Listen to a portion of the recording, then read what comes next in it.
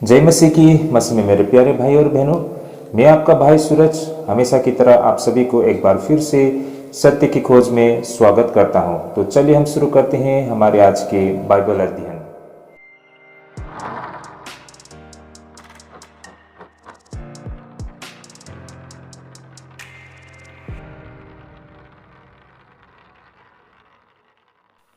तो भाई और बहनों, स्वागत है। आइए हम शुरू करते हैं हमारे आज के बाइबल अध्ययन। और आज का हमारा बाइबल अध्ययन करने का रहेगा मत्ती रचित सुसमाचार 16 अध्याय 24 पद से अंत तक। कहने का मेरा तात्पर्य, आज हम 16 अध्याय को संपूर्ण रूप से समाप्त करेंगे और 17 अध्याय यानी कि अगले हफ्ते से हम 17 अध्याय पर अध्ययन करेंगे। तो मत्ती रचित सुसमाचार 16 अध्याय हम 24 पद से आज हम अध्ययन करेंगे। हमारा कुल मिलाकर 3 विषय रहेगा भाई और बहनों। तो हम chapter to chapter, verse to verse हम अध्ययन कर रहे हैं और हम पूरी व्यवहारिक शिक्षा और हम बिल्कुल इसको हम सरल तरीके से आपके समक्ष रखने के लिए कोशिश रहता है। हमारा कोशिश रहता है कि हम आपके समक्ष उन तथ्य, उन सत्य और उन व्यवहारिक शिक्षा को आपके समक्ष ले आए, ताकि आप बिल्कुल सरल तरीके से इससे संबंधित, इन वचनों से संबंधित जो तथ्य और सत्य है उसे सही तरीके से समझ पाए। तो भाई और बहनों, अंत तक बने रहिएगा।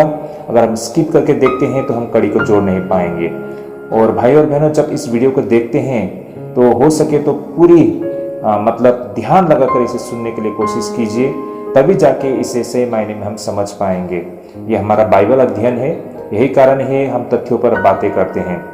तो जब भी इस वीडियो को आगे भी आप देखेंगे तो देखने से पहले जरूर प्रार्थना कीजिए अपने मन ही मन में, ताकि परमेश्वर हमें अगुवाई करे, हमें प्रेरणा दे, हमें प्रभुता करे, इन वचनों से संबंधित तथ्य को हम समझ सके।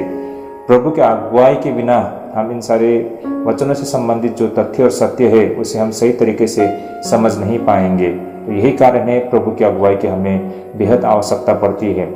और आज हम 16 अध्याय 24 पद से हम अध्ययन कर रहे हैं। इससे पहले के जितने भी हमारे वीडियो से हमारे प्लेलिस्ट में आपको मिल जाएगा। पिछले दिनों में जो भी हमने बाइबल अध्ययन की है उन सारे वीडियो को आप देख पाएंगे। तो चलिए शुरू करते हैं हमारे आज के बाइबल अध्ययन को। हमारा आज कुल मिलाकर 3 विषय रहेगा। सबसे पहला विषय रहेगा यीशु की वो महान चुनौती, प्रभु यीशु मसीह की मानव जाति को वो महान चुनौती। इस विषय पर हम चर्चा करेंगे। बहुत ही इंटरेस्टिंग विषय है। कहे तो हम विश्वासियों के लिए ये एक सिद्धांत है परमेश्वर की ओर से। तो इस विषय पर हम चर्चा करेंगे। उसके बाद जीवन को प्राप्त करना या फिर उसे दोबारा खो देना, है ना। तो जीवन को प्राप्त करना या फिर उसे खो देना, ये हमारा आज का दूसरा विषय रहेगा। और हमारा आखिरी विषय रहेगा यीशु की चेतावनी और वो वादा। प्रभु यीशु मसीह ने क्या चेतावनी दी थी और उन्होंने किया हुआ वादा किस तरह पूरा होता है या हो चुकी है, इसे हम आज समझने के लिए कोशिश करेंगे।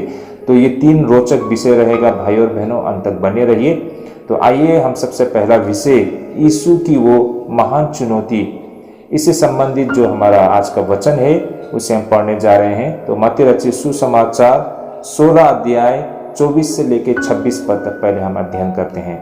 तो आइए हम पहले वचन को पढ़ ले। तो वचन यहाँ पर इस प्रकार लिखा है, तब यीशु ने अपने चेलों से कहा, यदि कोई मेरे पीछे आना चाहे तो अपने आप को इनकार करे और अपना क्रूस उठाए और मेरे पीछे हो ले। क्योंकि जो कोई अपना प्राण बचाना चाहे वह उसे खोएगा, और जो कोई मेरे लिए अपना प्राण खोएगा वह उसे पाएगा। यदि मनुष्य सारे जगत को प्राप्त करे और अपने प्राण की हानि उठाए तो उससे क्या लाभ होगा, या मनुष्य अपने प्राण के बदले में क्या देगा। तो भाई और बहनों, ये रहा हमारा आज का पहला वचन जिस पर आज हम बाइबल अध्ययन करने जा रहे हैं। तो इन वचनों के लिए प्रभु को हम कोटि कोटि धन्यवाद देते हैं।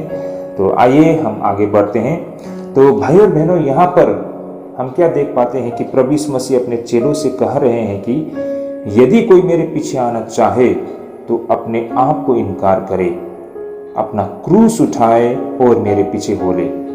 Very interesting. यहाँ पर 3 बातें ऐसी कहा गई है जिसे हम सिद्धांत के रूप में ले सकते हैं भाई और बहनों। क्या कहते हैं प्रभु यीशु मसीह? यीशु कहते हैं कि अपने चेलों से, यदि कोई मेरे पीछे आना चाहे तो अपने आप को इनकार करे। पहली बात, अपने आप को इनकार करे। दूसरी, अपना क्रूस उठाए।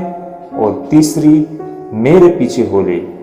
तो यहाँ पर ऐसे 3 सिद्धांत जो विश्वासी जीवन का सबसे महत्वपूर्ण जो विषय हैं, इसे हमें समझने की आवश्यकता है। तो यहाँ पर अपने आप को इनकार करने का मतलब क्या होता है, अपना क्रूस उठाने का मतलब क्या होता है, और प्रभु के पीछे हो लेने का अर्थ क्या होता है, ये हमारा आज का पहला विषय रहेगा। इसी पर हमको चर्चा करना है। और दूसरा विषय 25 और 26 पद में हम अध्ययन करेंगे। तो वेरी इंटरेस्टिंग विषय है भाई और बहनों, अंत तक बने रहिएगा। तो भाई और बहनों, इस वचन को हमने कईयों दफे पढ़े होंगे, है ना, और शायद हम में से बहुतों को ये वचन मुंह जबानी याद हो। और इस विषय पर हमने बहुत सारे उपदेशक, ऐसे बहुत सारे प्रचारक से इन वचनों के ऊपर हमने बहुत सारे शिक्षाओं को प्राप्त किया है। तो मैं नहीं जानता इससे पहले इन वचनों को आपने किस तरह समझा है, इसके मायने को किस तरह समझा है, लेकिन आज फिर से एक बार हम इस पर ध्यान लगाएंगे और इससे संबंधित उन तथ्यों को हम समझने के लिए कोशिश करेंगे। और हम खुद अपने आप को रख के देखेंगे कि हम कहाँ पर है इस वचन के तहत। क्या हमारा जीवन वास्तव में उसी मार्ग में है या फिर हम भटक गए हैं? आज इसे हम समझने के लिए कोशिश करते हैं। तो चलिए भाई और बहनों, बने रहिएगा। जैसे कि हम यहाँ पर देखते हैं, ये वचन को मैंने जैसे कहा, हमने ये वचन जो पढ़ा है आपके समक्ष रखा है, बहुत ही ये पॉपुलर वचन है ना, मतलब हर विश्वासियों को ये मुजवानी ये वचन को याद होगा। और ये वचन सिर्फ यहाँ पर 16 अध्याय 24 से 26 पद में ही दर्ज किया गया ऐसा नहीं है, लेकिन कईयों दफे इन बातों को प्रभु यीशु मसीह ने कहे हैं और इसको सुसमाचार के पुस्तक में अलग अलग जगह पर इसको दर्ज किया गया है। जैसे कि हम मत्ती में ही देख सकते हैं 10 अध्याय, मत्ती रचित सुसमाचार 10 अध्याय, gospel according to the Matthew chapter 10 verse 37 up to 39, यहाँ पर भी दर्ज किया गया है। उसी प्रकार मरकुस 8 का 34 से हमको इस वचन को मिलता है। उसी प्रकार लूका रचित सुसमाचार 9 अध्याय 23 से लेकर 27 पद में हमको मिलता है।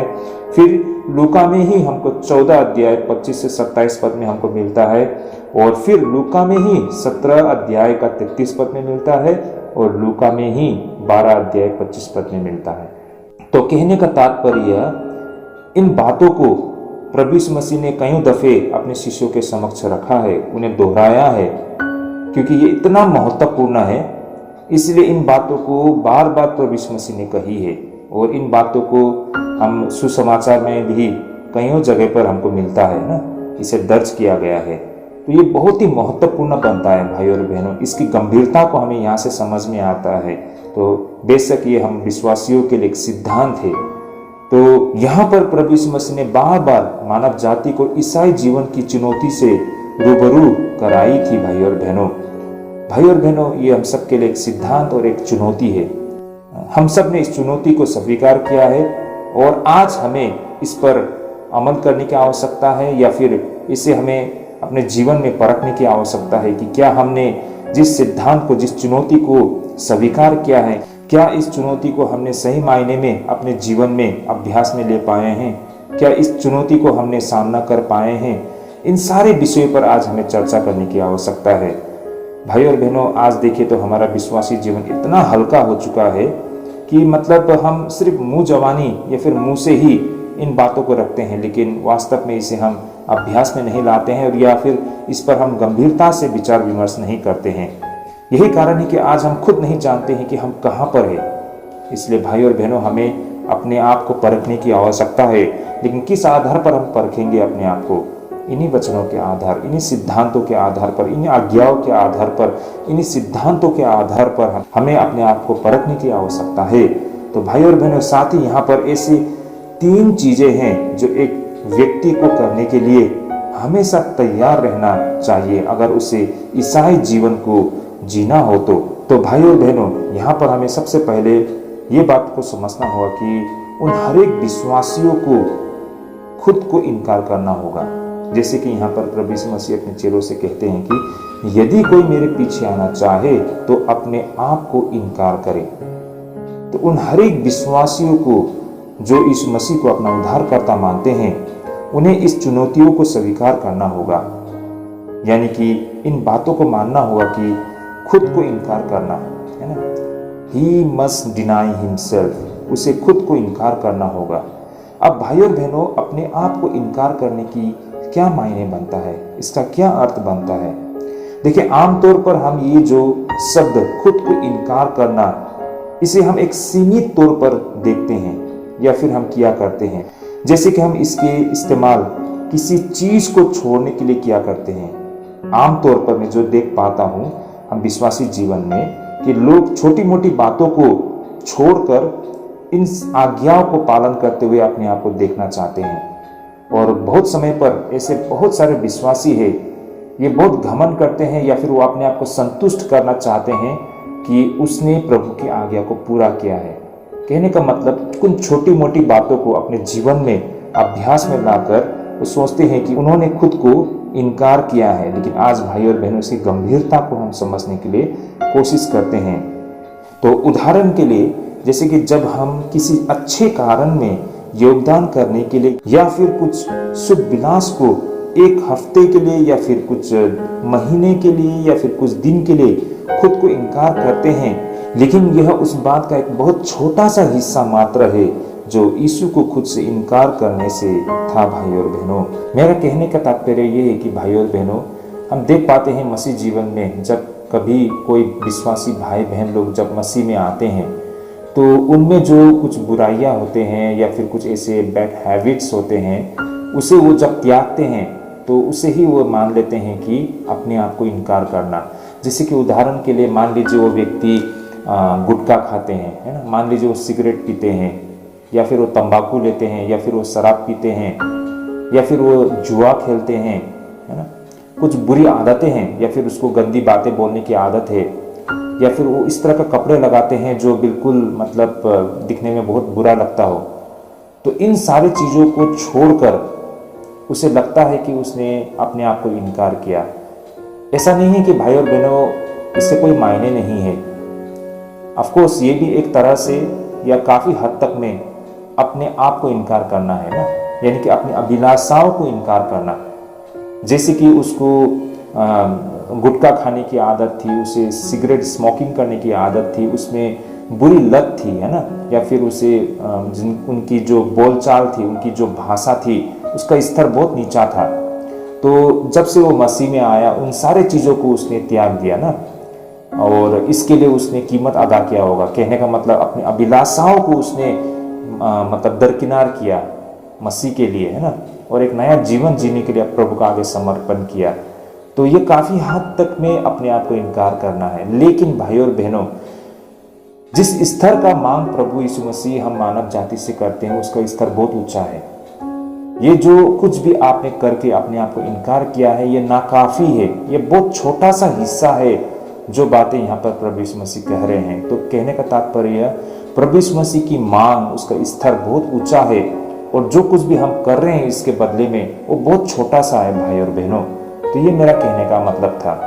तो यहाँ पर हम जो कुछ देख और समझ पाते हैं ये इस प्रकार है कि स्वयं को इनकार करने का अर्थ है जीवन के प्रत्येक क्षण में स्वयं को ना और परमेश्वर को हाँ कहना है।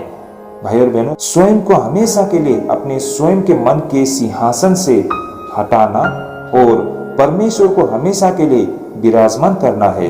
भाई और बहनों, स्वयं को इनकार करने का अर्थ ये भी बनता है कि स्वयं के जीवन को प्रमुख सिद्धांत से मिटा देना और परमेश्वर के जीवन को सिद्धांत के रूप में लेना।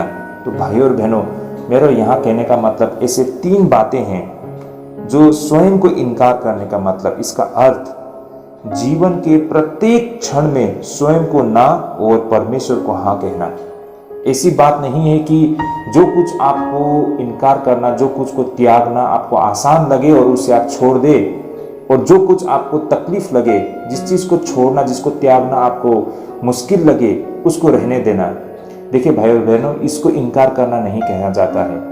इनकार कहने का मतलब बलिदान है एक तहत। एक नज़र से देखें तो अपने आप को इनकार करने का मतलब है समर्पण करना, अपने इच्छाओं को त्यागना, अपने आप को त्यागना, प्रभु को एक मुख्य स्थान देना अपने जीवन में, प्रभु की आज्ञाओं को पूरा करना है। तो ये प्रतिदिन है भाई और बहनों, उन छोटी से लेके बड़ी से बड़ी चीज़ों में, वो हर चीज़ों में हमें हर चीज़ वो जब बोलते हैं, जब हम करते हैं, जब हम रहते हैं, जब हम चलते हैं, कुछ भी करते हैं, खाते हैं, पीते हैं, सोते हैं, कहीं भी रहते हैं, उन हर एक चीजों में जो परमेश्वर के खिलाफ है उसे इनकार करना और प्रभु की इच्छा को पूरा करना, ये है सही मायने में अपने आप को इनकार करना। भाई और बहनों, ऐसा नहीं है कि जब मेरा मन चाहा तो मैंने उसे इनकार कर दिया और मान लिया कि मैंने अपने आप को इनकार किया है और प्रभु को स्वीकार किया है। और जिन चीजों को आपको दिक्कत लगे, जिसमें कठिनाई है, उसे आपने रहने दे, इससे इनकार करना नहीं कहा जा सकता है। भाई और बहनों, तो ये सारी बातें हैं इसके पीछे जिसे हमें समझना होगा। इन सब के अलावा भाई और बहनों, स्वयं को इनकार करने का अर्थ है स्वयं को हमेशा के लिए अपने स्वयं के मन के सिंहासन से हटाना और परमेश्वर को हमेशा के लिए विराजमान कराना है। और इनके साथ ही साथ स्वयं को इनकार करने का अर्थ ये भी बनता है कि स्वयं के जीवन को प्रमुख सिद्धांत से मिटा देना और परमेश्वर के जीवन को सिद्धांत के रूप में लेना। तो भाई और बहनों, हमारा जीवन जीने का तरीके किस आधार पर हम अपने जीवन का निर्णय लेंगे, वो रहेगा परमेश्वर के सिद्धांत पर, ना कि हमारे खुद के सिद्धांत पर। हो सकता आज से पहले जब हमने सत्य परमेश्वर को नहीं जाना था तो हमारा खुद का सिद्धांत था होगा, है ना। हमारा खाने के तरीके, हमारे बोलने के तरीके, हमारे लगाने के तरीके, हमारे सोचने के तरीके, हर चीज में हमारा खुद का सिद्धांत हमने बना के रखा था होगा। अब आगे से ऐसा नहीं होगा। हमें कुछ भी करने से पहले छोटी सी छोटी चीजों में भी, ऐसा नहीं कि बड़े बड़े चीजों में ही मात्र हम परमेश्वर की इच्छा, परमेश्वर की आज्ञा को देखेंगे, बल्कि छोटी सी छोटी चीजों में भी हम समझने के लिए और देखने के लिए और जानने के लिए कोशिश करेंगे कि परमेश्वर की इच्छा यहाँ पर क्या है ना।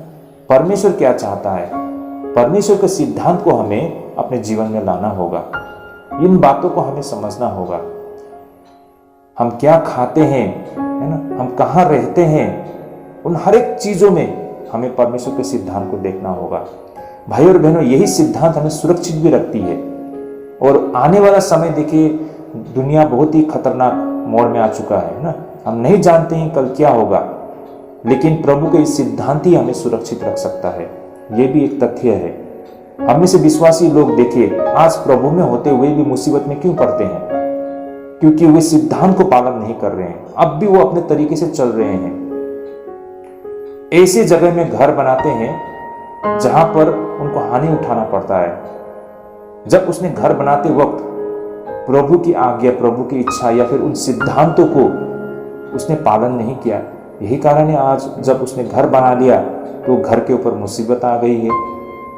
उनका स्वास्थ्य में समस्या है क्योंकि उसने उन सिद्धांतों को पालन नहीं किया। मीठा खाने का मन लगा और मीठा खाते रहा और क्या हो गया? शुगर हो गया उनको। तो उन्हें सिद्धांतों को पालन करना चाहिए था। अगर वो सिद्धांतों को पालन करते तो शायद उनका स्वास्थ्य एकदम फिट रहना था, उनको दिक्कत नहीं होना था। तो मेरा एक छोटा सा कहने का मतलब उदाहरण मात्र है, लेकिन हम जीवन में ऐसे कईयों उदाहरण है, ऐसे बहुत सारी चीज है जो हम सत्य को अभ्यास में ना लाने के कारण, उन सिद्धांतों को पालन न करने के वजह से हमारे जीवन में बहुत सारा समस्या होता है। तो यही कारण है हमारे जीवन में उन सिद्धांतों को लाना। इसलिए अपने आप को इनकार करने का मतलब है हम खुद के सिद्धांत से नहीं चलेंगे, लेकिन परमेश्वर के सिद्धांत के मुताबिक अपने जीवन को ढालेंगे। तो यही है जो पहली आज्ञा हम बोलेंगे, या फिर ये पहली चुनौती उन हर एक विश्वासियों को, जब प्रभु में वो आते हैं तो उनको ये चुनौती को स्वीकार करना होगा। इन चुनौतियों को सामना न करके, चुनौती को बाईपास करके वो कहीं नहीं जा सकता है। वो कभी भी उस सिंहासन के समक्ष नहीं पहुंच पाएगा। भाई और बहनों, इन चुनौतियों को हमें सामना करना ही पड़ेगा और इन सिद्धांतों के ऊपर में अपना जीवन को ढालना ही होगा। तो ये था पहला जो चुनौती प्रभु यीशु मसीह ने जो अपने शिष्यों के समक्ष रखा कि ही मस्ट डिनाई हिमसेल्फ, उसे खुद को इनकार करना ही होगा, है ना भाई और बहनों। अब हम आगे चर्चा करेंगे दूसरी ऐसी चुनौती को, जो कि यहाँ पर हम साफ साफ देख पाते हैं ना, कि हर किसी को अपने स्वयं के क्रूस को उठाना चाहिए। भाई और बहनों, हमें आज अजीब अजीब लोग दिखाई देते हैं, है ना। वास्तव में ये क्रूस, जो अपने क्रूस को उठाने का मतलब सही मायने को लोग समझ नहीं पाते हैं, है ना। इसके जो शाब्दिक अर्थ है उसे ही को पकड़ के लोग चलते हैं, और यही कारण है कि लोग कभी कभार बड़े बड़े क्रूस उठा के चलते हुए हमको दिखाई देता है ना, या फिर अपने गले में बड़े बड़े क्रॉस का जो साइन लगा के वो चलते हैं, है ना। लेकिन क्रूस को उठाने का मतलब वास्तव में प्रभु यीशु मसीह को जैसे क्रूस में टंगाते वक्त, है ना, उसको क्रूस में चढ़ाते वक्त जिस क्रूस को उठाया था उसी क्रूस को हमें उठाना, ऐसा नहीं है। ये आत्मिक बातें हैं और इसके सही मायने को हमें समझना होगा। तो आइए हम इन बातों को समझने के लिए कोशिश करते हैं। तो यहाँ पर प्रभु यीशु मसीह अपने शिष्यों को चुनौती दे रहे हैं कि वे अपना क्रूस उठाए। हर एक व्यक्ति, हर एक वो विश्वासियों को, हर एक मसीह को अपना क्रूस उठाना चाहिए। तो इसका अर्थ क्या बनता है, इसके सही मायने क्या बनता है भाई और बहनों, आइए हम इसे देखते हैं। तो कहने का तात्पर्य यह है कि उसे बलिदान का भार उठाना चाहिए। अपने क्रूस को उठाने का मतलब है उसे बलिदान का भार उठाना चाहिए। ईसाई जीवन बलिदान सेवा का जीवन है। हर वो ईसाई को मसीह की सेवा करने के लिए व्यक्तिगत महत्वाकांक्षाओं को त्यागना पड़ता है ना। जो सेल्फ इंटरेस्ट है उसे त्यागना होगा, उसे छोड़ना होगा। वह यीशु मसीह की सबसे बड़ी सेवा करे जिसके लिए इस संसार में उसे छोटी सी पुरस्कार मिले और प्रतिष्ठा तो ना के बराबर, है ना भाई और बहन, ये सत्य है। जब हम प्रभु की सेवा करते हैं तो शायद हम जो कुछ भी करें और हमारे लिए इसके पुरस्कार बहुत छोटा हो सके और प्रतिष्ठा तो बिल्कुल ना के बराबर, लेकिन ये भी एक तथ्य और सत्य है कि इसके बदले में जो पुरस्कार हम आने वाले समय में पाने जा रहे हैं इसकी तुलना हम किसी चीजों के साथ नहीं कर सकते हैं। तो भाई और बहनों, बात वही है कि अपने क्रूस को उठाने का मतलब है बलिदान की भार को उठाना। और सीधी सी शब्दों में कहे तो मनोरंजन के वो स्थान, भाई और बहनों, हम अपने जीवन में देख पाते हैं। वो मनोरंजन के स्थान जहां पर हम जाके हम मनोरंजन करते हैं, है ना, कहे तो डिस्को पार्टी कहे, है ना, कहीं कुछ ऐसा फंक्शन चल रहा है, कहीं ऐसा फेस्टिवल चल रहा है ना। तो सीधी सी बात यह है कि इन मनोरंजन के स्थान या फिर आकर्षित स्थान की यात्रा का आनंद लेना, है ना, यानी कि ट्रैवलिंग करना, हो सकता है घर पे हमारे बुजुर्ग लोग हो, लेकिन ऐसा समय आए कि परमेश्वर की सेवा में हमें इन बुजुर्ग को सेवा करने के अवसर ना मिले। या फिर ऐसा भी हो सकता है कि हमारा जीवन में हमारे दोस्त हमें आकर्षित करे कि उनके साथ आए और उनके साथ जीवन का आनंद ले। तो यहाँ पर इस तरह के कुछ ऐसे चीजें हैं जिसे हमें त्यागना ही होगा। क्रूस को उठाने का अर्थ मतलब बलिदान की भार है ना, बलिदान का भार को उठाना है। उन चीजों को बलिदान करना है जो परमेश्वर हमारे बीच में एक रुकावट बनती है। जब हम परमेश्वर के मार्ग में होते हैं, परमेश्वर की सेवा में होते हैं, तो हमारे जीवन में ऐसे बहुत सारे चीज होते हैं जो हमें रोकने के लिए कोशिश करते हैं। हो सकता है हमारे परिवार के दायित्व, हो सकता है हमारे दोस्तों की मांग, हो सकता है मुझे ऐसा अवसर मिले कि हम दूर घूमने को चले जाए। लेकिन परमेश्वर की सेवा में ये सारी चीज हमें रोड़ा देती है। हमें इन सारी चीजों को त्यागना होगा भाई और बहनों। इसे हम इस तरह समझ सकते हैं कि कई दफे ऐसा होता है कि आज रविवार है, सुबह 10 बजे को हमारी कलीसिया में हमें जाना है ना, हमें अपने भाई और बहनों के साथ रहकर हमें संगति करना है। उसी वक्त मुझको ऐसा ऑफर आए हमारे दोस्तों से, जो संसारिक दोस्त है, उनसे हमारे लिए ऐसा ये एक ऑप्शन आए, ऐसा हमें अपॉर्चुनिटी आए कि हम उनके साथ चले जाएं और संसार की आनंद ले। तो आप किसको चुनोगे, अपने दोस्तों को या फिर परमेश्वर की सेवा को? अपने क्रूस को उठाने का अर्थ है अपने उन दोस्तों को आपको बलिदान देना होगा, है ना। चाहे वे आपको जितना भी ललचाए, चाहे वो आपको जितना मजाक उड़ाए, है ना, चाहे वे आपको जितना भला और बुरा कहे, लेकिन इन सारी चीजों को मद्देनजर रखते हुए, है ना, इन सारी चीजों को दरकिनार करना है और मसीह की सेवा में आपको आगे बढ़ चलना है। तो इस तरह हमारे जीवन में ऐसे बहुत सारे रुकावट आएंगे। देखिए, हमें फर्स्ट प्रायोरिटी हमारा जीवन में हमें परमेश्वर को देना है। परमेश्वर से संबंधित कार्य को, परमेश्वर की सेवा को और परमेश्वर को हमें प्रायोरिटी देना है। इन सब के बाद हमारे लिए अगर कुछ समय थोड़ा रहता है तो हो सकता है हम अपने समय यात्राओं में हम लगा सकते हैं, है ना। देखिए, मसीह जीवन में होने का मतलब ये नहीं है कि हम सफर नहीं कर सकते हैं, बाहर हम घूमने को नहीं जा सकते हैं, प्रकृति का आनंद हम नहीं ले सकते हैं, ऐसा बिल्कुल नहीं है। हमें अपने घर वालों को देखभाल नहीं करना चाहिए, ऐसा बिल्कुल नहीं है। कहने का तात्पर्य हमें परमेश्वर को पहले प्रायोरिटी देना है, परमेश्वर की सेवा करना है।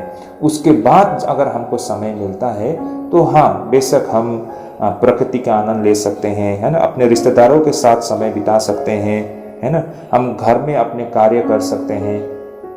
तो प्रायोरिटी किसे देंगे? यही बात है कि अपने क्रूस को उठाना, यानी कि जब हमारे सामने ये ऐसा अवसर आए कि हम किसको चुनेंगे, है ना, प्रभु को या फिर इन सांसारिक चीज़ों को, किसे आप चुनेंगे? तो उस समय इन सारी चीज़ों को जो हमें परमेश्वर की सेवा करने से रोकते हैं, है ना, उन सारी चीज़ों का बलिदान देना पड़े तो हमें देना चाहिए। जिसके लिए हमें कोई भी कीमत चुकाना पड़े तो हमें चुकाना चाहिए। इसका यही मतलब बनता है कि स्वयं क्रूस को उठाने का मतलब बलिदान की भार को उठाना है। तो ये बहुत ही चैलेंजिंग बातें हैं भाई और बहनों, जिसे आप और हम सब के लिए एक चुनौती बनता है। तो इस तरह भाई और बहनों, ईसाई जीवन बलिदान जीवन है। इन सब के अलावा भाई और बहनों, अगर हम लूका रचित सुसमाचार में देखेंगे तो वहां पर पूरी अंतर्दृष्टि के साथ यीशु के इस आज्ञा में एक और शब्द को यहाँ पर जोड़ा गया है, और वो ये है कि प्रतिदिन अपना क्रूस उठाए। देखें, आमतौर पर हम मत्ती में क्या देख पाते हैं? मत्ती में ऐसा लिखा गया है कि अपना क्रूस उठाए, इतना ही लिखा गया है ना। जैसे कि पहला तो था अपने आप को इनकार करे और अपना क्रूस उठाए, तो यहाँ पर अपना क्रूस उठाए मत्ती में इस तरह से दर्ज किया गया है 16 अध्याय 24 पद में। लेकिन इन्हीं बातों को हम लूका रचित सुसमाचार में देखें तो यहाँ पर और एक शब्द को जोड़ा गया है लूका में, वो है प्रतिदिन, हमेशा, रोज, प्रतिदिन अपना क्रूस उठाए। तो एक और शब्द को जोड़ के इसका मायने को और भी गंभीर बना देते हैं। तो वास्तव में महत्वपूर्ण बात बलिदान के महान क्षण नहीं है, बल्कि एक ऐसा जीवन है जो निरंतर प्रति घंटा जागरूकता में रहता है। तो परमेश्वर की मांग और दूसरों की जरूरत के लिए हमें प्रतिदिन जागरूक रहना बहुत ही जरूरत है ना। यानी कि प्रतिदिन अपना क्रूस को उठाना, सिर्फ क्रूस को उठाना नहीं, बल्कि प्रतिदिन अपने क्रूस को उठाना, हर वक्त, हर समय, हर चीज के लिए। तो भाई और बहनों, ये बातें हमको यहाँ पर समझ में आती है कि ईसाई जीवन एक ऐसा जीवन है जो स्वयं से ज्यादा हमेशा दूसरों की जरूरतों को पूरा करती है। तो ये रही हमारा दूसरा चुनौती, जो कि अपना क्रूस उठाने से थी। अब यहाँ पर जो 24 पद में कहा गया है अंत में, मेरे पीछे हो ले, जैसे कि यहाँ पर कहा गया है ना, यदि कोई मेरा पीछा आना चाहे तो अपने आप को इनकार करे, जिसे हमने अभी समझा है।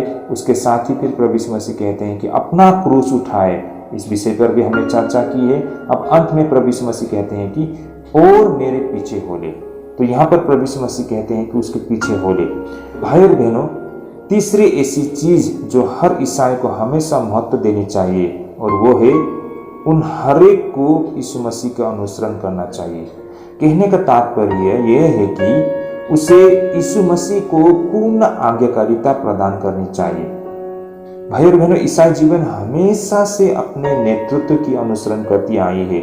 कहने का तात्पर्य मसीह के विचार, शब्द और कार्य में निरंतर आज्ञाकारी रहकर, और हर वो सच्चा ईसाई मसीह के नक्शे कदम पर हमेशा चलता है, चाहे वह कहीं भी क्यों न ले जाए। यहाँ पर कहने का तात्पर्य ये है कि वो विश्वासी जन वो प्रश्न नहीं करता है जब उसे परमेश्वर के पीछे चलना हो, तो उसके लिए परमेश्वर का आज्ञा ही काफी है।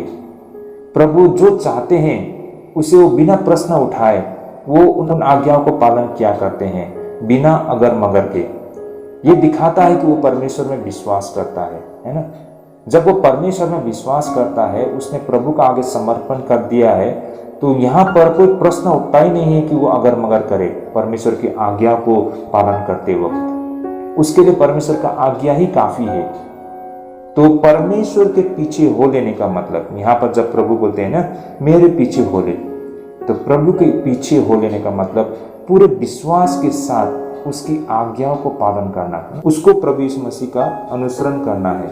तो भाई और बहनों, इन बातों को हम यहाँ पर इस तरह समझ पा रहे हैं। तो आई होप, तो यहाँ पर मत्ती रचित सुसमाचार 16 अध्याय 24 पद में प्रभु यीशु मसीह जो चुनौती अपने शिष्यों को दे रहे हैं, इन चुनौतियों के सही मायने को आज हम भली भांति समझ पा रहे हैं। आई होप इससे हमें बहुत फायदा पहुंचेंगे। तो भाई और बहनों, अब हम आगे बढ़ते हुए अब दूसरे विषय पर हम चर्चा करते हैं, और वो है जीवन को प्राप्त करना या फिर उसे खो देना। तो इस विषय पर अब हम आगे चर्चा करेंगे, जो कि मत्ती रचित सुसमाचार 16 अध्याय 25 और 26 पद में हमको दिखती है। तो आइए भाई और बहनों, इस वचन को मैं फिर से एक बार पढ़ना चाहूंगा। यहाँ पर वचन इस प्रकार लिखा है कि क्योंकि जो कोई अपना प्राण बचाना चाहे वह उसे खोएगा, और जो कोई मेरे लिए अपना प्राण खोएगा वह उसे पाएगा। यदि मनुष्य सारे जगत को प्राप्त करे और अपने प्राण की हानि उठाए तो उससे क्या लाभ होगा, या मनुष्य अपने प्राण के बदले में क्या देगा। तो भाई और बहन, आज हम उस सत्य को समझने जा रहे हैं जो हमें सुकून देती है, जो ये बताता है कि दुनिया में मौजूद होना या फिर जीवित रहने में अंतर में समझ को प्राप्त करना। तो भाई और बहनों, इस संसार में, इस जगत में अपने आप का मौजूद होना या फिर जीवन को जीना, ये बहुत ही बड़ा एक अंतर दिखाता है भाई और बहनों। इस सत्य को आज हमें समझने के लिए कोशिश करनी है भाई और बहनों। वास्तव में सत्य ये है कि अस्तित्व में रहने का मतलब केवल फेफड़े से सांस लेना और दिल की धड़कन चलना काफी है भाई और बहनों, है ना भाई और बहनों। कोई व्यक्ति जिसका इस दुनिया में अभी भी अस्तित्व है, उसे हम कैसे समझ सकते हैं? क्योंकि उसका दिल की धड़कन चल रही है और उसका फेफड़ा काम कर रहा है, वो सांस ले रहा है। ये दिखाता है कि वो इंसान मरा नहीं है, है ना, और वो व्यक्ति अभी भी इस दुनिया में मौजूद है। लेकिन जीने के लिए एक ऐसी दुनिया में रहना है जहाँ सब कुछ मूल्यवान है, जहाँ आत्मा में शांति है और दिल में खुशी है और हर पल में रोमांच का एहसास कराती है भाई और बहनों। तो भाई और बहनों, सही मायने में जीवन जीने का मतलब इस दुनिया में रहते समय वो सब कुछ उसके लिए मूल्यवान है, जहाँ आत्मा में शांति है और दिल में खुशी है ना। तो भाई और बहनों, सही मायने में उसे ही जीवन जीने को कहा जाता है। लोग ऐसे दुनिया में बहुत सारे लोग हैं जिसके पास एक नज़र से देखे तो भौतिक रूप में उसके लिए किसी भी चीज़ की कमी नहीं है। उसके पास अच्छा घर है, खाने के लिए अच्छी अच्छी चीज़ें हैं, लगाने के लिए कपड़े हैं, गाड़ी है, ज्वेलरी है, रुपया है, सिक्योरिटी है, सब कुछ है। लेकिन वो जीवन जो जी रहा है उसमें असंतुष्टि हमको दिखाई देती है। वो खुश नहीं है, उसके जीवन का मकसद उसे पता नहीं है ना। उसके जीवन में कोई उद्देश्य नहीं है, वो थक चुका है, वो बिल्कुल अकेलापन महसूस करता है। क्या आप कह सकते हैं कि वो इंसान जीवित है? सही मायने में वो जीता जागता एक मशीन की तरह है। मतलब सांस तो ले रहा है ना, उसका फेफड़ा तो काम कर रहा है, उसका दिल की धड़कन तो चल रहा है, लेकिन वो मशीन की तरह है। मतलब मशीन कैसा होता है ना, वो मशीन काम करता है ना, वो सब कुछ करता है, लेकिन उसमें प्राण नहीं है, जीवन नहीं है। वो इंसान भी कुछ इसी तरह बन गया है। वो खाता पीता चलता सब कुछ करता है, लेकिन वो मरा हुआ इंसान है। सही मायने में वो जीवित नहीं है। सही मायने में कौन जीवित है? वो व्यक्ति जीवित है सही मायने में जो संतुष्ट है ना, जिसके जीवन में आनंद और खुशी और शांति है। वो छोटी सी छोटी चीजों में वो खुशी उसको दिखाई देती है ना। उसका जीवन में कोई मकसद है, उसका जीवन का एक उद्देश्य है। वो प्रेम को बांट सकता है, वो प्रेम को एहसास कर सकता है। सही मायने में जीवन जीना उसे कहते हैं ना। आप क्या कहते हो? आपको बहुत सारा धन संपत्ति दिया जाए, है ना, लेकिन आपको वो खुशी ना दे तो क्या होगा? आपका धन संपत्ति, रुपया पैसा, वो आपके लिए संतुष्टि दिलाएगी? नहीं ना। हो सकता है आपके पास कुछ ना हो, लेकिन आपके पास वो आनंद और खुशी है, तो आपका जीवन भरिपूर्ण है, आप लाइफ को एंजॉय कर रहे हो। तो बहुत लोगों का ये गलत फहमी है कि उसे लगता है कि अगर मेरा पास बहुत सारा रुपया हो तो मेरा जीवन मतलब खुशी से भर जाएगा ना, मेरे पास किसी चीज़ का कमी नहीं रहेगा। देखिए, ड्रग्स जो लेते हैं वो क्यों ड्रग्स लेते हैं पता है आप सभी को इन बातों का? आपने देखा होगा कुछ लोग शराबी बन जाते हैं, कुछ लोग वेश्याओं के साथ जाके रहते हैं। क्यों? वो वेश्या के पास इसलिए जाते हैं कि वो प्रेम की खोज में है, वो प्यार की खोज में है, लेकिन वो वहां जाकर भी उसे वो चीज नहीं मिलती है। बहुत सारे लोग ड्रग्स खाते हैं, ड्रग्स लेते हैं और नशे में धुत रहते हैं। ऐसा क्यों है? देखिए, उसके पास किसी चीज का कमी नहीं था, लेकिन उसे संतुष्टि नहीं मिली और उसने ड्रग्स लेना शुरू कर दिया। फिर भी उसके पास वो संतुष्टि, वो खुशी नहीं है। समय समय पर वो पागलों की तरह व्यवहार करते हैं, उछलते हैं, कूदते हैं, लोगों से झगड़ा करते हैं, मतलब उसका जीवन बर्बाद हो चुका है और धीरे धीरे एक दिन वो मर भी जाता है। तो यही कारण है कि लोगों को लगता है कि उसके पास बहुत कुछ हो तो उसका जीवन खुशी और शांति और आनंद से भरपूर्ण होगा, लेकिन वास्तव में ऐसा कुछ नहीं है भाई और बहनों। लेकिन बहुत सारे ऐसे लोग हैं जिनकी कमाई बहुत ही सीमित है ना, जिनका आय, जिनका इनकम बहुत छोटा है, लेकिन हम देखते हैं उसका परिवार है, अपने परिवार का साथ में वो खुशियां बांटते हैं, वो लाइफ को एंजॉय करते हैं, वो संतुष्ट है। तो सही मायने में जीवन उसके पास हमको दिखाई देता है। ऐसा क्यों है? किसी के पास बहुत कुछ होकर भी कुछ नहीं है, वो खाली है, और किसी किसी के साथ कुछ भी नहीं है लेकिन वो भरीपूर्ण है। ऐसा क्यों है भाई और बहनों? इस तथ्य को हमें समझना होगा। इन्हीं बातों को यहाँ पर प्रभु यीशु मसीह बता रहे हैं। आइए इसे हम समझने के लिए कोशिश करते हैं। तो चलिए आगे बढ़ते हैं भाई और बहनों। ये विषय है जीवन को प्राप्त करना या फिर खोना, लूजिंग एंड फाइंडिंग लाइफ ना, ये विषय हमारा रहेगा। तो भाई और बहनों, उस सत्य को समझने जा रहे हैं जो हमें सुकून देती है आज, है ना, जो इस दुनिया में मौजूद होना या फिर जीवन रहने के अंतर में समझ हमें प्राप्त कराती है। तो वास्तव में सत्य यह है कि अस्तित्व में रहने का मतलब केवल फेफड़े से सांस लेना और दिल की धड़कन चलना ही उसे काफी है, लेकिन जीने के लिए एक ऐसी दुनिया में रहना है जहां सब कुछ मूल्यवान है, जहां आत्मा में शांति है और दिल में खुशी है और हर पल में रोमांस का एहसास करना भी है भाई और बहनों। तो भाई और बहनों, यहाँ पर यीशु हमें अस्तित्व से अलग जीवन पर एक रोशनी डाल रही है। आइए इस सत्य को हम समझने के लिए कोशिश करते हैं। तो यहाँ पर जो कोई अपने प्राण को बचाना चाहेगा वह उसे खोएगा। देखिए, इन बातों को मत्ती ने 80 से 90 ईस्वी के बीच शायद इन बातों को लिखी थी, और यही कारण है, ऐसा माना जाता है कि जब मत्ती ने प्रभु यीशु मसीह की इन बातों को दर्ज किया था उस वक्त सतावट का सबसे बुरा दौर चल रहा था।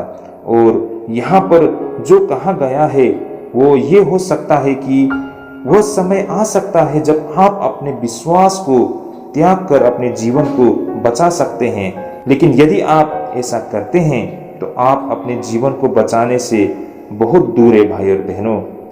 हकीकत ये है कि आप जीवन को खो रहे हैं, ये सत्य है भाई और बहनों, ये कड़वा सच्चाई है।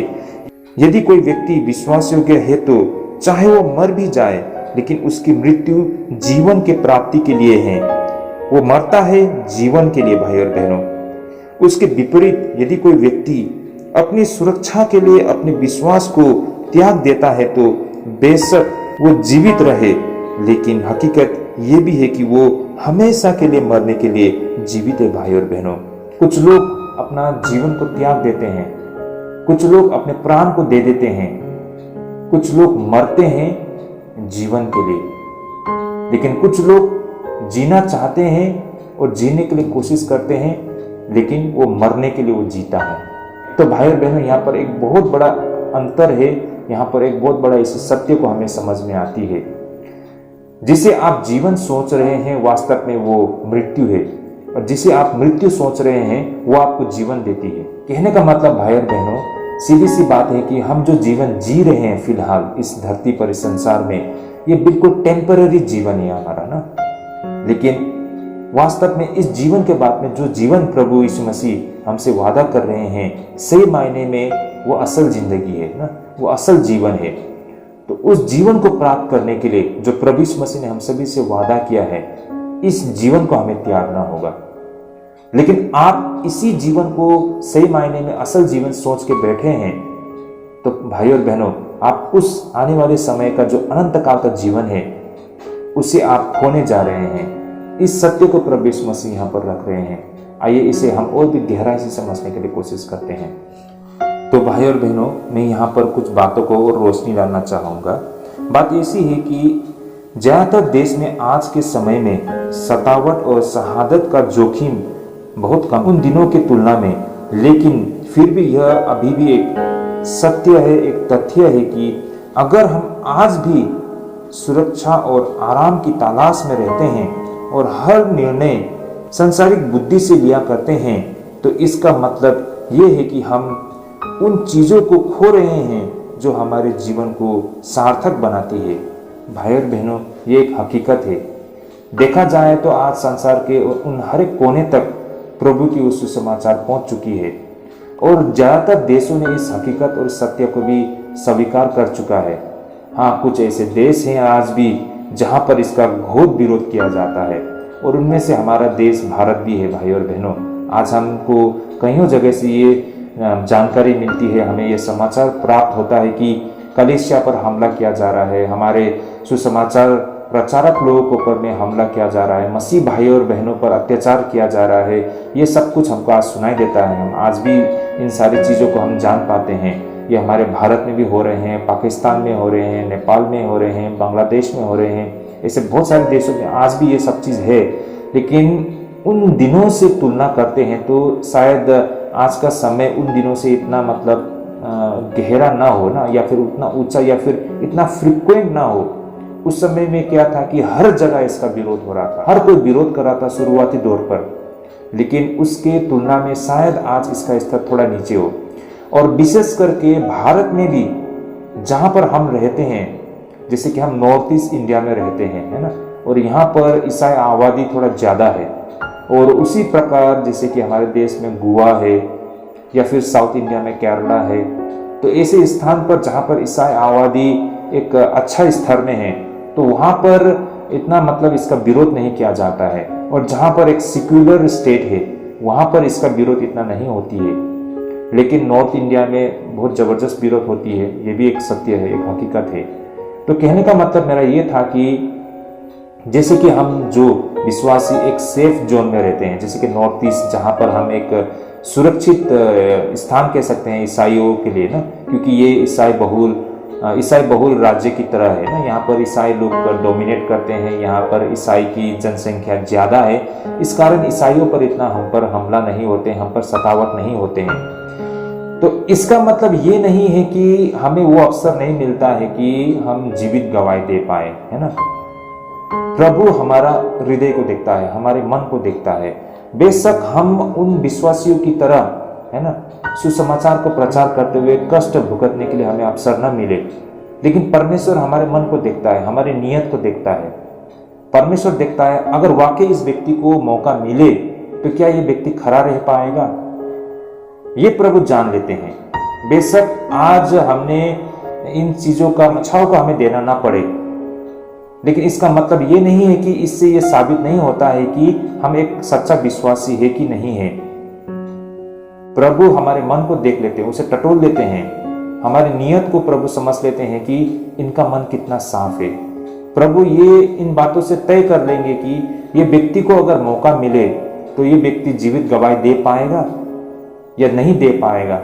इतना ही काफी है, प्रभु हमारे मन को देखते हैं, वो निर्णय कर लेते हैं। तो बेधड़क हमें नहीं रहना चाहिए कि हमें तो कभी ऐसा मौका नहीं मिला और शायद प्रभु हमको साबित नहीं कर पाए कि हम सच्चे भक्त हैं, है ना। लेकिन प्रभु साबित कर देंगे। हमारी नीयत को, हमारी सोच को देखकर प्रभु तय कर लेंगे कि वास्तव में व्यक्ति को मौका अगर मिले भी तो ये व्यक्ति साबित कर पाएगा या फिर नहीं कर पाएगा।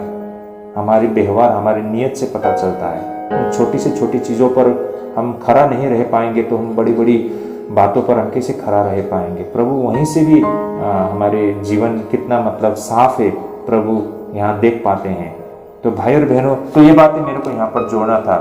दूसरी सत्य ये है कि इतिहास गवाह है, ऐसे साहसी जन रहे हैं जिन्होंने अपनी सुरक्षा को ताव में रखते हुए इतिहास बनाई है और लोगों को बड़ी मदद दी है।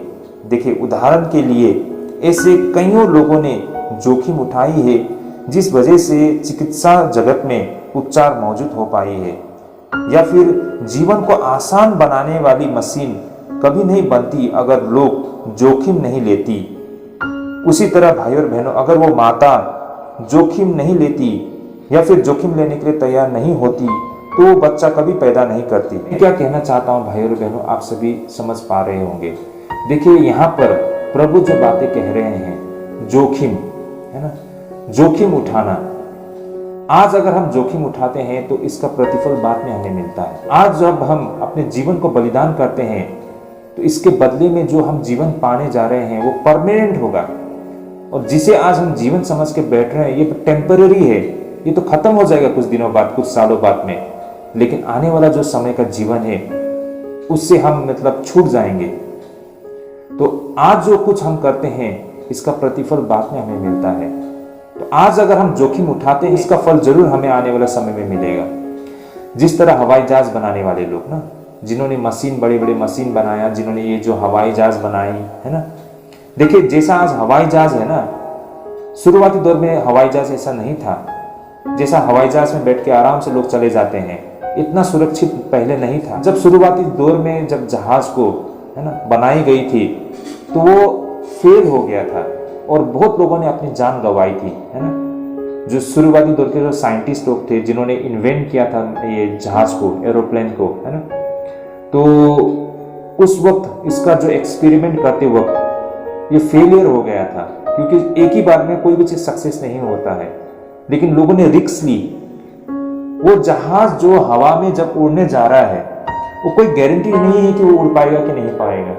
अगर वो उड़ नहीं पाएगा तो सीधे गिरेगा, और जब वो जहाज को चला रहे हैं उससे कुछ भी हो सकता है ना। लेकिन उन पायलट ने उसका रिस्क लिया, उन लोग ने जहाज को उड़ाया और क्या हो गया, वो फेल हो गया, वो प्लेन फेल हो गया, वो गिर गया जमीन पर और वो पायलट मर गया।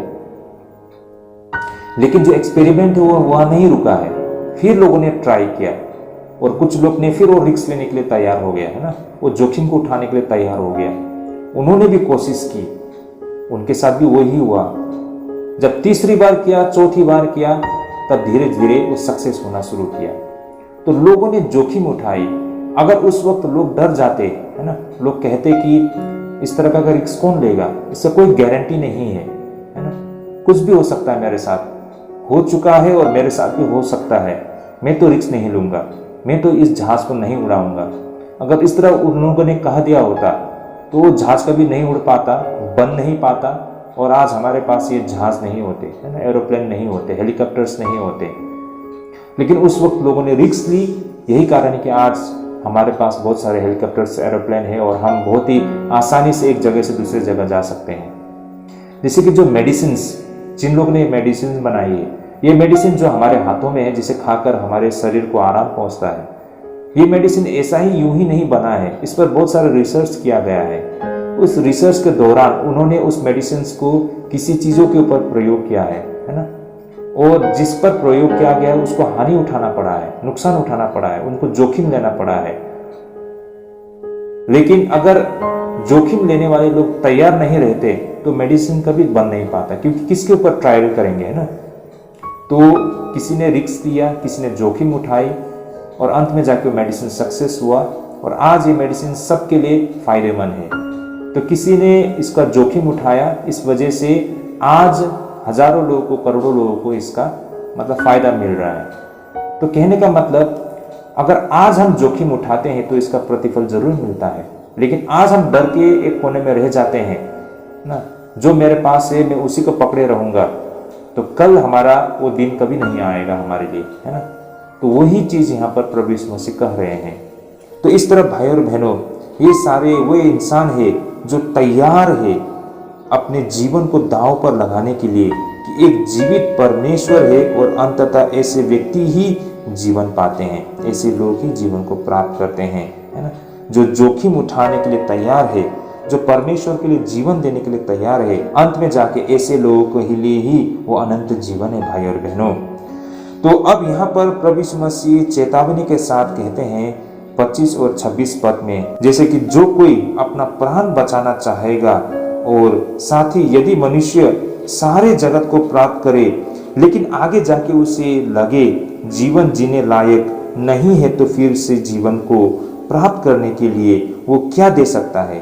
भाई और बहनों, ये बहुत बड़ा प्रश्न बनता है, जैसे कि 25 और 26 पद में यहाँ पर बताया गया। इस वचन को मैं फिर से एक बार आपके समक्ष रखना चाहूंगा, जैसे कि यहाँ पर लिखा है, क्योंकि जो कोई अपना प्राण बचाना चाहे वह उसे खोएगा, और जो कोई मेरे लिए अपना प्राण खोएगा वह उसे पाएगा, जिस पर हमने थोड़ी देर पहले अभी चर्चा की है। अब आगे 26 पद में जैसा यहाँ लिखा है, यदि मनुष्य सारे जगत को प्राप्त करे और अपने प्राण की हानि उठाए तो उससे क्या लाभ होगा? यह मनुष्य अपने प्राण के बदले में क्या देगा? तो भाई और बहनें, इसी पर अब हम आगे चर्चा करते हैं। जैसे कि यहाँ पर हम देख पाते हैं कि प्रभु यीशु मसीह एक चेतावनी दे रहे हैं ना, कोई अपना प्राण बचाना चाहेगा और साथ ही यदि मनुष्य सारे जगत को प्राप्त भी कर ले, लेकिन आगे जाके उसे ऐसा लगे कि ये जीवन जीने के लायक नहीं है, तो क्या फिर वो फिर से एक बार उस जीवन को प्राप्त कर पाएगा? ये भाई और बहनों, ये गंभीर सत्य है ना। और सच तो यह है कि उसे फिर से जीवन वापस नहीं मिल सकता है ना, उसे उस जीवन को दोबारा प्राप्त नहीं हो सकता है। जिसे यहाँ पर बोलते हैं ना 26 पद में, यदि मनुष्य सारे जगत को प्राप्त करे, अपने प्राण की हानि उठाए, तो उसे क्या लाभ होगा? यह मनुष्य अपने प्राण के बदले में क्या देगा? भाई और बहनों, जब तक उसके पास अवसर था, उसने अपने तरीके से, अपने सोच के तहत अपने जीवन को जिया, है ना। अंततः उसे एहसास हुआ कि जब उसने सत्य का सामना किया, तब उसे पता चला कि जो कुछ उसके पास है वो व्यर्थ है। अब वो जीवन को पाना चाहता है, अब जाके वो अंत में प्रभु की सेवा करना चाहता है, प्रभु में लौटना चाहता है, लेकिन तब तक बहुत देर हो चुकी होती है भाई और बहनों। तो उसके लिए उस समय सिर्फ रोना और बिलखना रह जाता है। तो ये 26 पद में हमको ये बातें समझ में आती है।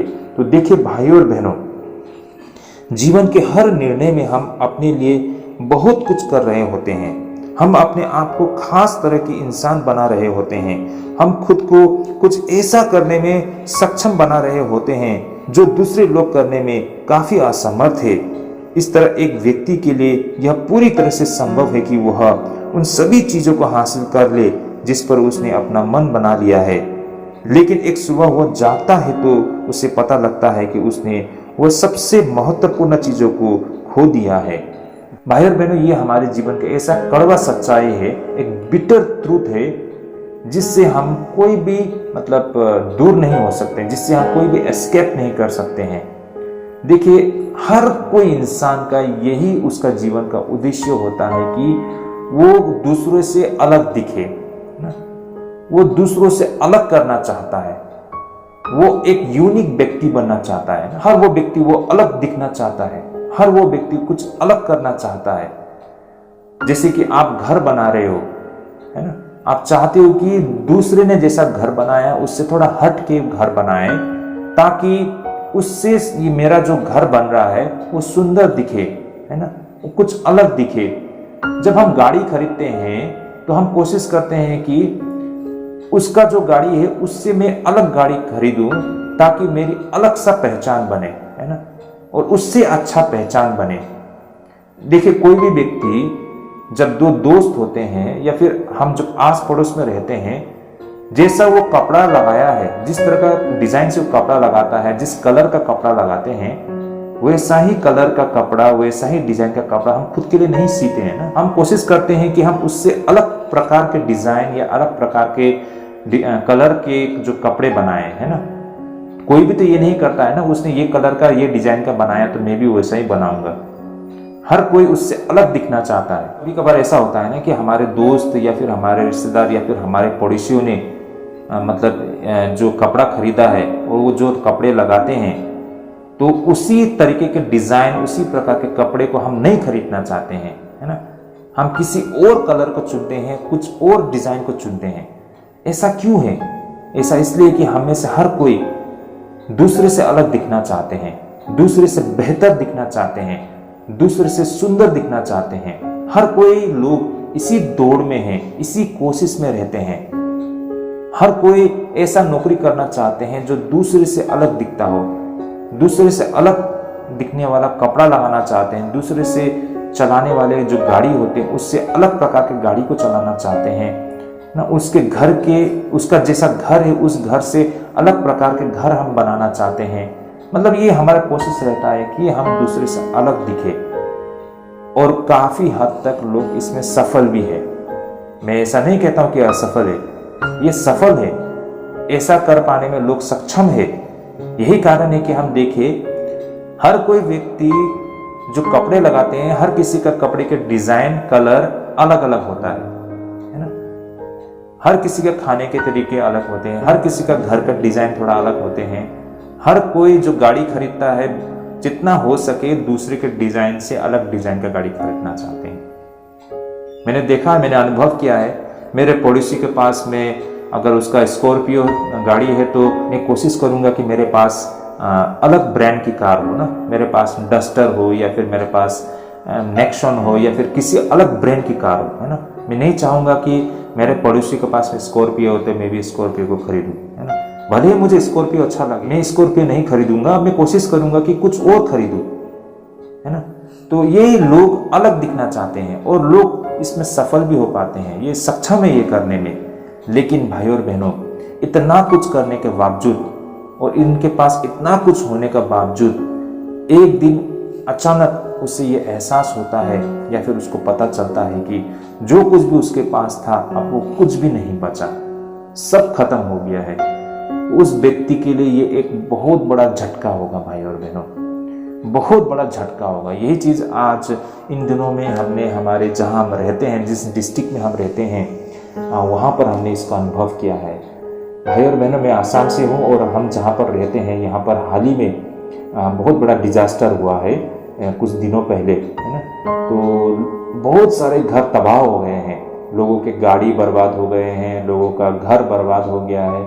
हमने सुना है कि कुछ एक व्यक्ति ने, जब वो सरकारी नौकरी कर रहा था, गवर्नमेंट जॉब था उनका, जब वो रिटायर हो गए तो उनको करीबन 40 लाख के आसपास उसने खर्च करके एक घर बनाया, बहुत खूबसूरत घर बनाया अपने रिटायरमेंट के पैसे से। आगे जाके कुछ दिनों बाद उस घर में उसको प्रवेश करना था, है ना, क्योंकि घर तो तैयार हो गया था।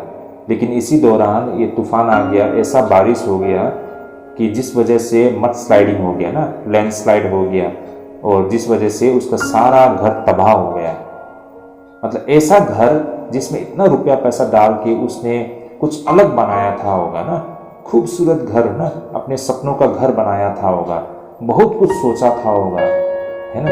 लोगों ने उसके घर को देखकर शायद बहुत तारीफ की थी होगी और वहां पर अब आगे का समय वो बिताने के लिए सोच रहा था।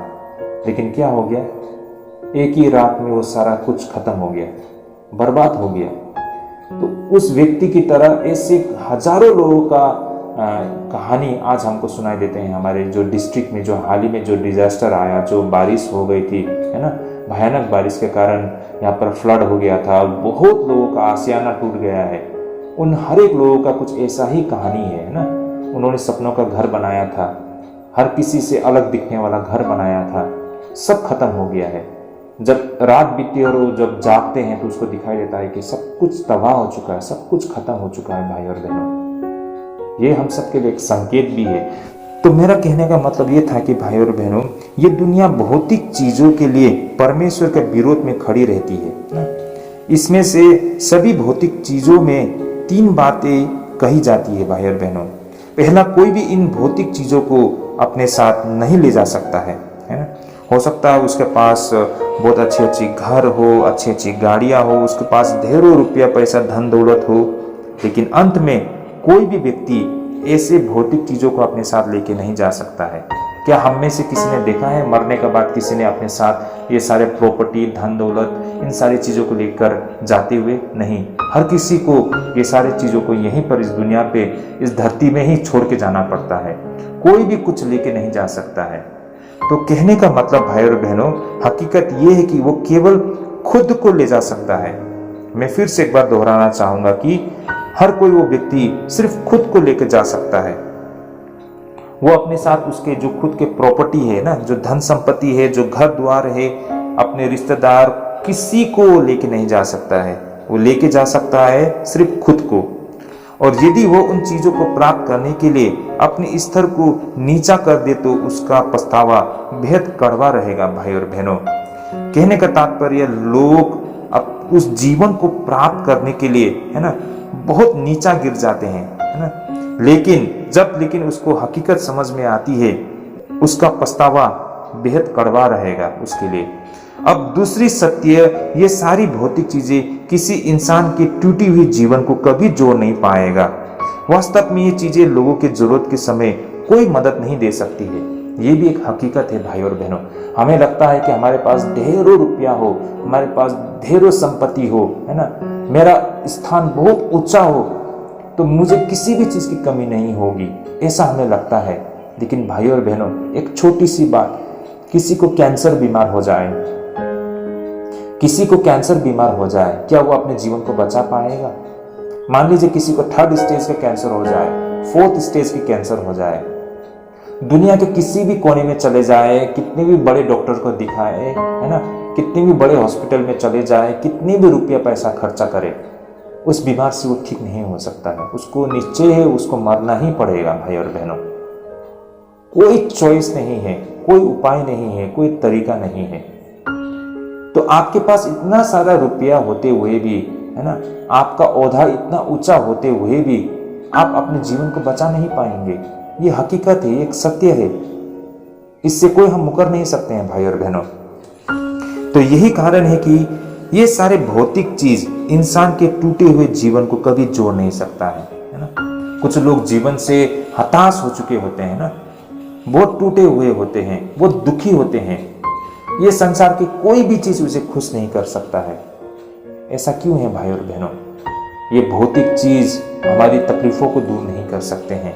ये एक हकीकत है, एक सत्य है जो प्रभु यीशु मसीह ने उस वक्त कही, और ये एक ऐसा हकीकत है जिसको मानव जाति ने समय समय पर इसका एहसास किया है, और इस सत्य को प्रभु यीशु मसीह ने यहाँ पर अपने शिष्यों के समक्ष रखा है भाई और बहनों।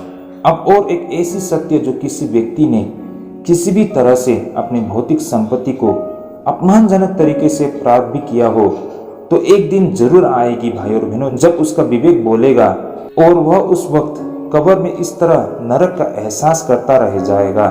तो भाई और बहनों, दुनिया चीख चीख कर चिल्ला रही है कि वह एक मूर्ख है जो भौतिक चीजों के लिए वास्तविक जीवन को बेच डाला।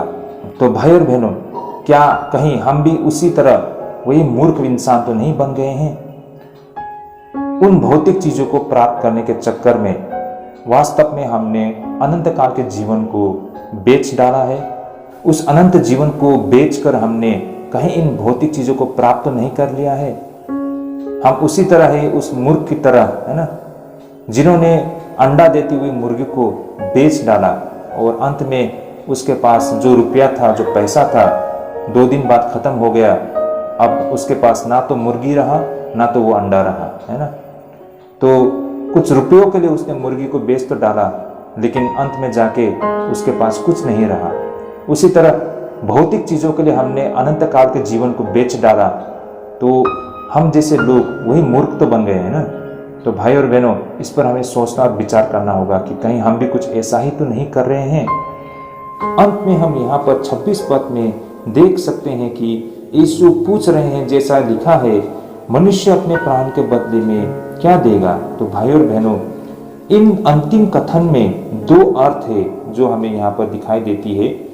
पहला तो इसका मतलब ये हो सकता है कि एक बार किसी व्यक्ति ने अपने वास्तविक जीवन को खो दिया, अपनी सुरक्षा, अपने भौतिक चीजों के प्रति, तो फिर से उसे वापस दोबारा प्राप्त करने के लिए कोई भी कीमत न काफी रहेगी। सत्य यह है कि उस व्यक्ति ने अपने साथ कुछ ऐसा किया है जिसे वो कभी पूरी तरह से मिटाया नहीं जा सकता है। भाई और बहनों, इनमें से ये एक तथ्य भी हो सकता है। इन सब के अलावा भाई और बहनों, यह भी हो सकता है कि एक इंसान खुद के अलावा बाकी सब कुछ परमेश्वर का है, और इस तरह मनुष्य अपने प्राण के बदले कुछ भी परमेश्वर को नहीं दे सकता है। भाई और बहनों, ये हकीकत है, एक सत्य है। हमारे पास जो कुछ भी है आज, हो सकता है गाड़ी, बंगला, रुपया, पैसा, हमारा परिवार, हमारा खेत, है ना, हमारा जो जानवर है, हमारा जो प्रॉपर्टी है, मेरा परिवार है, मेरा जो ओहदा है, जो कुछ भी, किसी भी तरीके से आप इसे देख लीजिए, वो सब कुछ परमेश्वर ने दिया है ना। परमेश्वर ने दिया है, ये परमेश्वर का है, और क्या हम इसे फिर से प्रभु को दे सकते हैं? है ना, जो कि पहले से ही परमेश्वर का है। जो कुछ परमेश्वर का है उसे हम प्रभु को क्या देंगे? तो वास्तव में देखा जाए तो हमारे पास कुछ भी नहीं है। हो सकते हैं हम लोग बोलेंगे कि ये प्रॉपर्टी मेरा है ना, ये जमीन मेरा है, ये परिवार मेरा है। हम सोचते कि सब कुछ हमने कमाया है, हमने प्राप्त किया है। ऐसा नहीं है भाई और बहनों, हमारे पास जो कुछ भी है वो सब कुछ परमेश्वर का है। हमारे पास कुछ भी नहीं है तो हम प्रभु को क्या देंगे? ये बात को पहले तो हमें समझना होगा। तो यही कारण है कि एक इंसान के पास खुद के अलावा उसके पास और कुछ भी नहीं है। और इस तरह मनुष्य अपने प्राण के बदले में कुछ भी परमेश्वर को नहीं दे सकता है ना। हम परमेश्वर को अगर कुछ भी देना चाहे तो हमारे पास कुछ भी नहीं है। वास्तव में जिसे हम अपना सोचते हैं वो तो पहले से ही परमेश्वर का है। परमेश्वर ने हमको दिया है तो हम परमेश्वर को क्या देंगे, है ना। तो वास्तव में ये परमेश्वर का ही है, हमारा खुद का हमारे पास कुछ नहीं है। और जो कुछ भी हमारे पास है वो हमारा खुद का जीवन है ना, हमारा खुद का प्राण है, वही वो हमारा है। तो एक इंसान के लिए बेहद संभव है कि वे अपने पैसे मसीह को देने के लिए कोशिश करे और अपने जीवन को थामे रखे। और इन सब से भी ज्यादा एक व्यक्ति के लिए यह और भी अधिक संभव है कि वो मसीह की सेवा अपने जीभ से मात्र करे और अपने प्राण को थामे रखे। भाई और बहनों, इन्हें हम इस तरह भी देख सकते हैं कि मनुष्य कितना हट्टी है ना, मनुष्य कितना टेढ़ा है। लोग देखिए परमेश्वर को खरीदने के लिए कोशिश करते हैं, है ना, परमेश्वर को मूर्ख बनाने के लिए कोशिश करते हैं, लेकिन खुद ही मूर्ख है। भाई और बहनों, ऐसा हम क्यों कह रहे हैं? देखिए हम आज देख पाते हैं मसीह जीवन में बहुत सारे ऐसे लोग हैं जो परमेश्वर को पैसे के द्वारा ना, रुपया पैसे के द्वारा परमेश्वर से उस जीवन को प्राप्त करने के लिए कोशिश करते हैं। अपने पैसे के बदले में उस जीवन को प्राप्त करने के लिए कोशिश करते हैं। सीधी बातों में कहे तो वो एक प्रकार से परमेश्वर को घूस देने के लिए कोशिश कर रहे हैं। हमें लगेगा कि हमने परमेश्वर को कब घूस दिया है ना, कब देने के लिए सोचा है या कोशिश किया है।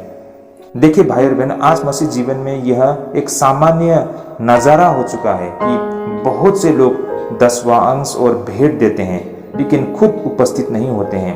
बेशक यह कलीसिया की मांगों को पूरा नहीं करती है। देखिए भाई और बहनों, लोग कलीसिया में आते हैं, बहुत सारा चढ़ावा लेके आते हैं, 10वां अंश लेके आते हैं। ये अच्छी बात है, हमें देनी चाहिए। इन 10वां अंश के जरिए या इन चढ़ावा के जरिए परमेश्वर की सेवकाई में हम इसे इस्तेमाल कर सकते हैं ना। ये देना बहुत जरूरी है, बहुत आवश्यक है, लेकिन ये इस बात से मायने रखता है कि आपने किस नियत से इस पैसे को दिया है, इस भेंट को दिया है, इस 10वां अंश को दिया है। ये इसलिए आपने दिया है कि मैं कुछ ना करूं और ये पैसे को देके, ये 10वां अंश को देकर मैं परमेश्वर की मतलब स्वीकृति को प्राप्त करूं। क्या मैं परमेश्वर को संतुष्ट करने के लिए कोशिश करूं इन 10वां अंश के जरिए और इस जड़वा के जरिए? क्या इसे हम घूस देना नहीं कह सकते? ये क्या एक ब्राइफ नहीं है? हम परमेश्वर की आज्ञा को पालन ना करके, परमेश्वर की इच्छा को पूरा ना करके, मात्र ये जो रुपया पैसा धन दौलत के जरिए हम प्रभु को खुश करने के लिए कोशिश करेंगे, ये क्या संभव हो सकता है? भाई और बहनों, ये रुपया पैसा धन संपत्ति आज हमारा पास में जो कुछ भी है जिसे हम परमेश्वर का आगे रखते हैं, ये तो स्वयं परमेश्वर का ही है। परमेश्वर ने ही हमें दिया है और इसे हम परमेश्वर को देके कैसे खुश कर सकते हैं? ये हमारी मूर्खता है या फिर हम अपने आप को धोखा दे रहे हैं। बहुत लोगों को लगता है कि 10वां अंश देके हम प्रभु को खुश कर पाएंगे। अरे भाई, ये रुपया पैसा को क्या कमी है प्रभु को, है ना? प्रभु को इस पैसा की क्या जरूरत है? सही मायने में देखे तो ये रुपया पैसा देकर हम प्रभु को संतुष्ट नहीं कर पाएंगे, जो कि ये तो ऑलरेडी परमेश्वर का ही है। परमेश्वर के आशीष के जरिए, परमेश्वर के मार्गदर्शन के जरिए ही आपने ये धन संपत्ति को अपने जीवन में इकट्ठा किया है ना, इसे प्राप्त किया है। आप उससे ही परमेश्वर को देके आप प्रभु को क्या संतुष्ट करेंगे? परमेश्वर की इस धन संपत्ति की आवश्यकता नहीं है, लेकिन वास्तव में परमेश्वर को क्या चाहिए आपसे, हमसे? वो है हमारा जीवन जो हमारा है और वो हम प्रभु को दे सकते हैं और उसी को प्रभु चाहते हैं। प्रभु जो हमसे मांग कर रहे हैं वो हमारा जीवन मांग कर रहे हैं। हम अपने जीवन को समर्पण करें और आज इस जीवन को हम समर्पण करते हैं, इस जीवन को हम बलिदान देते हैं, अभी जाके प्रभु को हम संतुष्ट कर पाते हैं और एक दिन प्रभु के समक्ष जा सकते हैं और वो असल जीवन को एक दिन हम प्राप्त कर सकते हैं। लेकिन आज हम इस जीवन को अपने साथ बचाए रखना चाहते हैं तो वास्तव में हम वो असल जीवन को खोने जा रहे हैं। इस सत्य को आज हमें समझना होगा। इसलिए हमें इस भूल में नहीं रहना चाहिए कि हम प्रभु को 10वां अंश देके, भेंट देके मात्र प्रभु को संतुष्ट कर ले, या फिर कुछ न करके ये सब कुछ दान देकर ही हम अपने काम को, अपने कर्तव्य को पूरा कर ले। ये बिल्कुल नहीं हो सकता है भाई और बहनों, ये नामुमकिन है। एक प्रकार से आप प्रभु को घूस दे रहे हो और यही कुछ आज हो रहा है ज्यादा से ज्यादा लोगों के बीच में। और झूठे शिक्षा देने वाले लोग, झूठे पास्टर्स लोग, ये झूठे पादरी लोग आपको यही सिखाएंगे दान दो, जितना दान दोगे उतना आशीष आपको मिलेगा, यही सिखाते रहेंगे। और आप भी उस आशीष के चक्कर में आप बलिदान तो करने के लिए तैयार नहीं हो, अपने जीवन को तो प्रभु में समर्पण करने के लिए तैयार नहीं हो, लेकिन मात्र प्रभु से आशीष चाहते हो। और ये शॉर्टकट रास्ता ना, मतलब 1000 रुपया दो, लाख रुपया कमा लो, ये उसी तरीके के फॉर्मूले आज बहुत सारे पास्टर्स, झूठे शिक्षक लोगों को सिखा रहे हैं, और लोग भी यही कर रहे हैं। लोगों को ये करना अच्छा भी लगता है, तो वो 100 रुपया दे के ना, ये 1000 रुपया दे के आप प्रभु को धोखा दे रहे हो, आप लोग प्रभु को घूस दे रहे हो। आप सोचते हो कि 1000 रुपया दे के मैं लाखों रुपया कमा लूंगा, यह आपका भूल है, यह आपका बहुत बड़ा पाप है। तो भाई और बहनों, हम प्रभु को खरीद नहीं सकते, अपने जीवन को हम रुपया पैसा से खरीद नहीं सकते हैं या खरीद नहीं पाएंगे। इस सत्य को हमें आज समझना होगा। तो इस तरह भाई और बहनों, सत्य यह है कि कलीसिया के लिए एकमात्र संभावित उपहार हमारा स्वयं का जीवन है, यानी कि स्वयं हम है। कलीसिया के लिए एकमात्र स्वाभाविक उपहार स्वयं हम ही है, और मसीह के लिए एकमात्र संभव उपहार हमारा पूरा जीवन है। अगर हम पूरा जीवन को समर्पित करते हैं, हमारे संपूर्ण जीवन को समर्पित करते हैं, तो यही हमारा मसीह के लिए हमारा सबसे बड़ा उपहार होगा। और यही कुछ परमेश्वर हमसे चाहते हैं। परमेश्वर हमारा धन दौलत ये नहीं चाहते हैं, परमेश्वर की इसकी आवश्यकता नहीं है। और ऊपर से ये सारी चीज तो परमेश्वर का ही है। जो हमारा है वो हमारा जीवन है, और वही प्रभु हमसे चाहते हैं ना, हमारे हृदय को चाहते हैं परमेश्वर, कहने का मतलब है ना। तो भाई और बहनों, इसका कोई विकल्प नहीं है, और कोई इन चीजों के साथ समझौता नहीं कर सकते हैं, या इसमें कोई समझौता का मुमकिन नहीं है। भाई और बहनों, इन बातों को आज हमें समझना होगा। तो ये था हमारा आज का दूसरा विषय। अब हमारा तीसरा विषय रहेगा यीशु की चेतावनी और वो वादा।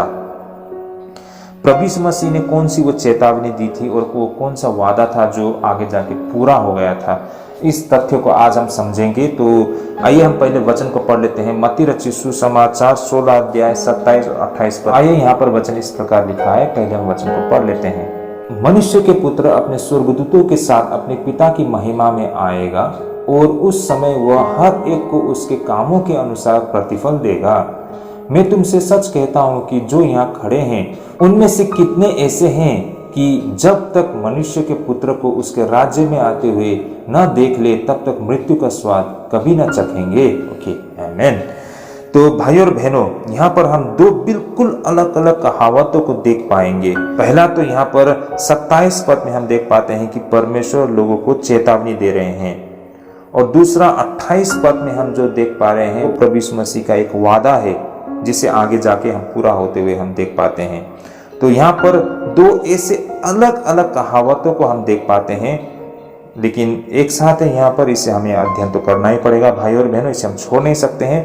तो आइए हम देखते हैं पहले 27 पद को, जहाँ पर प्रभु यीशु मसीह लोगों को चेतावनी दे रहे हैं, इसके मायने को हम समझेंगे। उसके बाद फिर हम 28 पद में प्रभु ने जो वादा किया था वो किस तरह पूरा होता है, उसे भी हम समझने के लिए कोशिश करेंगे। तो आइए पहले हम देखते हैं 27 पद में जो प्रभु यीशु मसीह ने अपने चेलों को ये जो चेतावनी दी है। यहाँ पर प्रभु यीशु मसीह क्या कहते हैं कि मनुष्य का पुत्र अपने स्वर्गदूत के साथ अपने पिता की महिमा में आएंगे, और उस समय वो हर एक को उसके कामों के अनुसार प्रतिफल देगा, है ना। जब प्रभु का दूसरा आगमन होगा तब वो हर व्यक्ति को उसके कामों के अनुसार प्रतिफल देगा, यानी कि लोगों का न्याय करेंगे, जजमेंट करेंगे, और जैसा करनी वैसा भरनी ना, वो जैसा करते हैं उसको वैसा ही प्रतिफल मिलेगा, वो न्याय करेंगे। यहाँ पर ये बातों को प्रभु यीशु मसीह ने कहा है, ये एक चेतावनी है। तो यहाँ पर हम देख सकते हैं कि अपरिहार्य न्याय की चेतावनी के विषय में बताया गया है, यानी कि ये जो न्याय होके रहेगा ना, ये निश्चय ही होके रहेगा। जीवन किस ओर जा रही है भाई और बहनों? जीवन न्याय की ओर जा रही है। हमारा जीवन जितना आगे बढ़ रहा है, हमारा समय जितना कट रहा है ना, जैसा जैसा हमारा उम्र बढ़ रहा है, हमारा जीवन अंत की ओर जा रहा है, हमारा जीवन न्याय की ओर जा रहा है ना। इसे हम में से कोई नहीं रोक सकता है, हम कितनी भी भले कोशिश कर ले, है ना। मैं जीवन भर जवानी रहूं या जीवन भर बच्चा ही बने रहूं, लेकिन हम में से कोई भी हम अपने जीवन को इस हकीकत से नहीं रोक सकते हैं ना। हमारा जीवन अंत की ओर बढ़ रहे हैं, जैसा हमारा उम्र बढ़ रहा है ना, हमारा समय और भी निकट आ रहा है ना, और भी हमारा समय उस न्याय की ओर बढ़ रहे हैं। इससे कोई, इस हकीकत से कोई इनकार नहीं कर सकते हैं। जब लोगों का समय आ जाता है, उसका मृत्यु हो जाता है और एक दिन अचानक वो परमेश्वर के सिंहासन के सामने खड़े होंगे। या फिर ऐसा हो सकता है कि हमारा जीवित रहते ही रहते प्रभु का आगमन हो जाए और सीधे हम प्रभु के सिंहासन के सामने प्रकट हो जाए। इनमें से कुछ भी हो सकता है, लेकिन ये बात तो तय है कि जैसा समय बीत रहा है, हम परमेश्वर के न्याय के सिंहासन का आगे हम बढ़ रहे हैं ना, हम न्याय की ओर आगे बढ़ रहे हैं। हमारा जीवन तो जीवन न्याय करने की ओर जा रही है। इन चेतावनी के तहत यह निश्चय होता है कि जीवन के किसी भी क्षेत्र में न्याय का दिन अनिवार्य रूप से आती ही है और इस तथ्य से कोई नहीं बच सकता है भाई और बहनों कि जीवन के बाद न्याय जरूर होके रहेगी। सत्य ये भी है कि वो जो व्यक्ति जो स्वार्थी रूप से जीवन को गले लगाकर रखती है और जिसका पहली चिंता अपनी सुख विलास, अपना ख्याल रखना और अपने आराम के विषय में मात्र ध्यान देना होता है, वह व्यक्ति स्वर्ग के दृष्टि में विफल हो चुका है, चाहे वो कितना भी क्यों ना समृद्ध और सफल ना हो, है ना। देखिए भाई और बहनों, हो सकता है वो बहुत बड़ा व्यक्ति हो सकता है ना, बहुत महान व्यक्ति हो सकता है, लेकिन जीवन भर उसने अपने बारे में मात्र सोचा है। देखिए भाई और बहनों, यहाँ पर मैं उन अन्य विश्वासियों के विषय में नहीं बोल रहा हूँ। हमारा यहाँ पर कहने का मतलब उन विश्वासियों के लिए है। अन्य विश्वासी को तो आप यूं ही छोड़ दीजिए, उन्होंने तो प्रभु में कभी विश्वास ही नहीं किया है, उनका तो न्याय करने का भी नहीं बनता है ना, वो सीधे आग की नरक के लिए है ना, उनके लिए कुछ नहीं कह सकते हैं हम। न्याय तो हम जैसे विश्वासियों के लिए है, जिसने सत्य को जानते हुए भी वो किस तरह उसने जीवित गवाही दी है अपने जीवन काल में। भाई और बहनों, ये ऐसे ही लोगों के लिए है। अपने जीवन काल के दौरान उसने सिर्फ अपने बारे में सोचा, अपने जरूरतों के बारे में मात्र सोचा, अपने तरीके से जीवन को जिया है। क्या होगा ऐसे व्यक्तियों का? हो सकता है उसने जीवन में बहुत कुछ प्राप्त किया हो, लेकिन कुछ काम नहीं आया। जब उसे न्याय के लिए प्रभु के सिंहासन के समक्ष आना होता है, उसका पास जो कुछ भी है वो कुछ नहीं कर पाएगा, वो कुछ काम नहीं आएगा। सिर्फ परमेश्वर का न्याय उसका सामना करना पड़ेगा उसे, कोई भी इससे भाग नहीं सकता है। ये बातें हम 27 पद से हमें बिल्कुल स्पष्ट होती है भाई और बहनों। तो भाई और बहनों, ये था 27 पद। अब हम देखते हैं 28 पद को, जैसे कि इन वचनों को मैं फिर से एक बार आप सभी के समक्ष पढ़ना चाहूंगा। जैसा कि यहाँ लिखा है, मैं तुमसे सच कहता हूँ कि जो यहाँ खड़े हैं उनमें से कितने ऐसे हैं कि जब तक मनुष्य के पुत्र को उसके राज्य में आते हुए न देख ले, तब तक मृत्यु का स्वाद कभी न चखेंगे। भाई और बहनों, ये बिल्कुल अलग कहावत है ना, ये बिल्कुल अलग विषय हो गया है, लेकिन इस विषय पर भी हम चर्चा करेंगे। अब वो दूसरी कहावत जिसे मत्ती ने इस वाक्यांश को दर्ज किया गया है मत्ती रचित सुसमाचार में, यानी कि उसे रिकॉर्ड किया गया है, ऐसा लगता है कि जैसे कि वह उन लोगों में से कुछ के जीवन काल में अपने स्वयं के दृश्य वापसी की उम्मीद कर रहे थे, जो उस वक्त उसे सुन रहे थे। भाई और बहनों, तो क्या यीशु मसीह गलत थे? भाई और बहनों, किसी भी सूरत में प्रभु यीशु मसीह गलत नहीं थे। जो प्रभु यीशु मसीह ने कहा वो किस तरह पूरा होते हैं, उसे हम मरकुस में देखते हैं तो ये बात स्पष्ट होती है। जब हम मरकुस के अभिलेख की ओर देखें तो यीशु ने जो कहा उसका वास्तविक अर्थ हम देख सकते हैं। जैसे कि मरकुस 9 अध्याय 1 पद में जैसा इसको दर्ज किया है। आइए मैं इस वचन को भी पढ़ लेता हूँ। और उसने कहा, मैं तुमसे सच कहता हूँ कि जो यहाँ खड़े हैं उनमें से कोई कोई ऐसे हैं कि जब तक परमेश्वर के राज्य को सामर्थ सहित आता हुआ न देख ले, तब तक मृत्यु का स्वाद कदापि न चखेंगे। यहाँ पर बहुत ही स्पष्ट तरीके से इन बातों को यहाँ पर दर्ज किया गया है।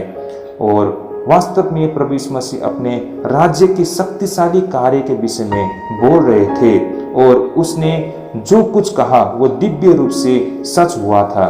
जैसे कि पेंतिकोस के दिन में वे जो लोग वहां खड़े थे, उन्होंने प्रभु यीशु मसीह को आत्मा में आगमन होते हुए देखा था और वहां पर ऐसे लोग थे जिन्होंने अन्य जातियों और यहूदियों को राज्य में प्रवेश होते हुए देखे थे। उन्होंने मसीह के संदेश के लहर को एशिया माइनर में बढ़ते हुए देखा था और सारा यूरोप पर छा जाने के बाद रोम तक हम पहुंचते हुए देख पाते हैं। तो इस तरह भाई और बहनों, उन लोगों के जीवन काल में जिन्होंने यीशु को बोलते हुए सुना था कि जब तक मनुष्य का पुत्र को उसके राज्य में आते हुए न देख ले तब तक मृत्यु को स्वाद कभी न चखेंगे। ये इस तरह पूरा होता है कि यीशु के राज्य को सारे संसार में जब इसका प्रभाव फैलता है तो इस वचन को वहां पर पूरा होते हुए देख पाते हैं। और प्रभु यीशु मसीह का आगमन पेंतिकोस के दिन में आत्मिक रूप में होते हुए ये वचन पूरा होता है।